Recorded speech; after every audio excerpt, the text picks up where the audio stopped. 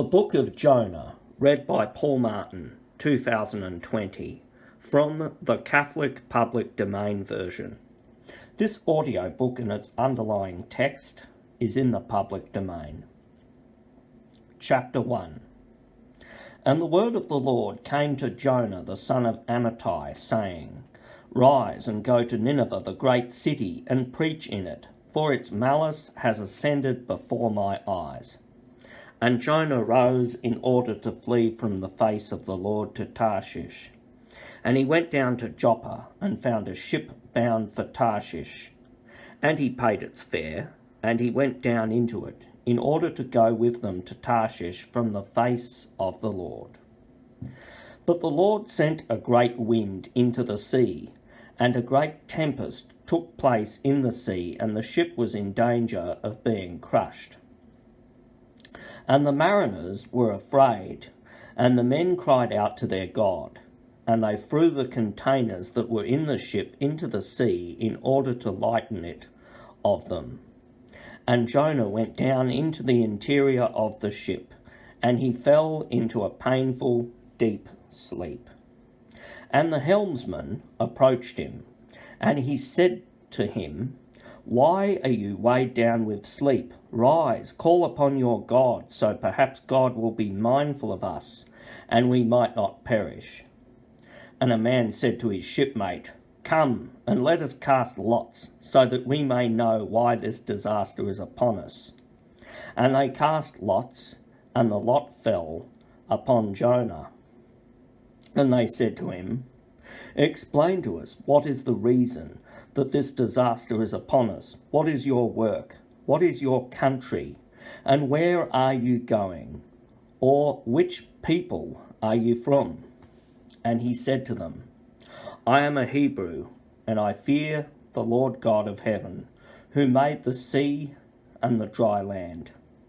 And the men were greatly afraid, and they said to him, Why have you done this? For the men knew that he was fleeing from the face of the Lord, because he had told them. And they said to him, What are we to do with you, so that the sea will cease for us? For the sea flowed and swelled. And he said to them, Take me and cast me into the sea, and the sea will cease for you. For I know that it is because of me that this great tempest has come upon you. And the men were rowing so as to return to dry land, but they did not succeed, for the sea flowed and swelled against them. And they cried out to the Lord, and they said, We beseech you, Lord, do not let us perish for this man's life, and do not attribute to us innocent blood. For you, Lord, have done just as it pleased you. And they took Jonah and cast him into the sea, and the sea was stilled from its fury. And the men feared the Lord greatly, and they sacrificed victims to the Lord, and they made vows. Chapter 2. And the Lord prepared a great fish to swallow Jonah, and Jonah was in the belly of the fish for 3 days and 3 nights. And Jonah prayed to the Lord his God from the belly of the fish, and he said, I cried out to the Lord from my tribulation, and he heeded me. From the belly of hell I cried out, and you heeded my voice. And you have thrown me into the deep, in the heart of the sea, and a flood has encircled me. All your whirlpools and your waves have passed over me. And I said, I am expelled from the sight of your eyes. Yet truly I will see your holy temple again. The waters surrounded me, even to the soul. The abyss has walled me in. The ocean has covered my head. I descended to the base of the mountains. The bars of the earth have enclosed me forever. And you will raise up my life from corruption, Lord my God. When my soul was in anguish within me, I called to mind the Lord, so that my prayer might come to you, to your holy temple. Those who in vain observe vanities abandon their own mercy. But I, with a voice of praise, will sacrifice to you. I will repay whatever I have vowed to the Lord because of my salvation." And the Lord spoke to the fish, and it vomited Jonah onto dry land. Chapter 3. And the word of the Lord came to Jonah a second time, saying, "Rise and go to Nineveh, the great city, and preach in it the preaching that I say to you."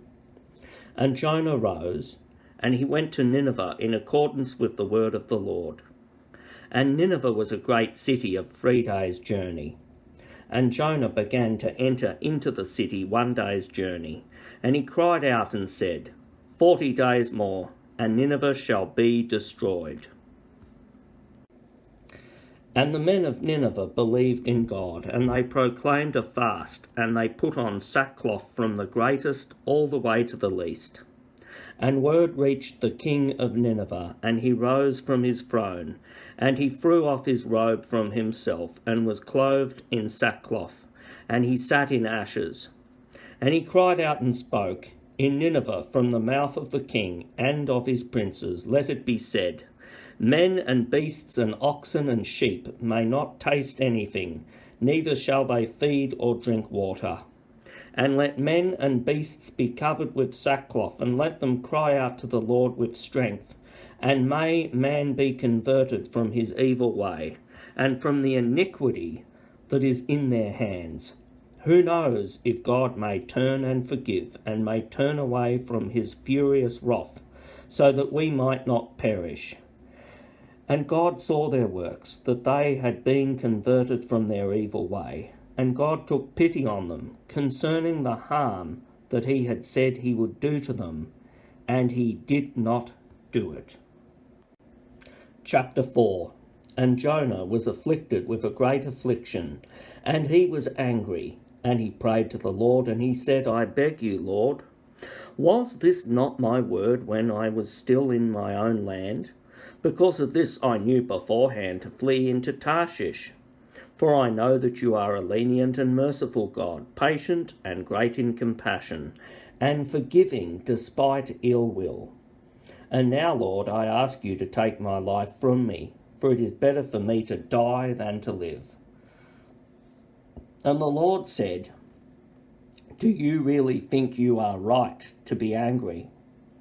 And Jonah went out of the city, and he sat opposite the east of the city, and he made himself a shelter there, and he was sitting under it in the shadow, until he might see what would befall the city.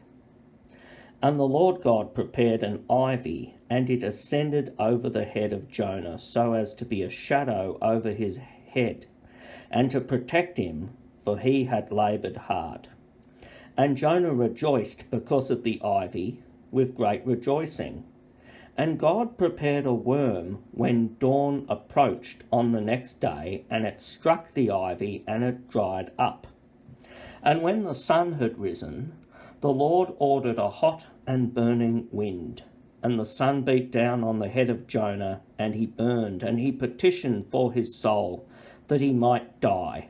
And he said, "It is better for me to die than to live." And the Lord said to Jonah, "Do you really think that you are right to be angry because of the ivy?"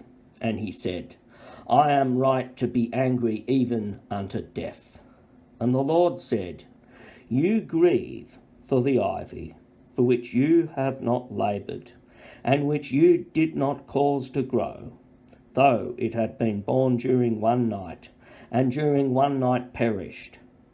And shall I not spare Nineveh, the great city, in which there are more than 120,000 men who do not know the difference between their right and their left, and many beasts?"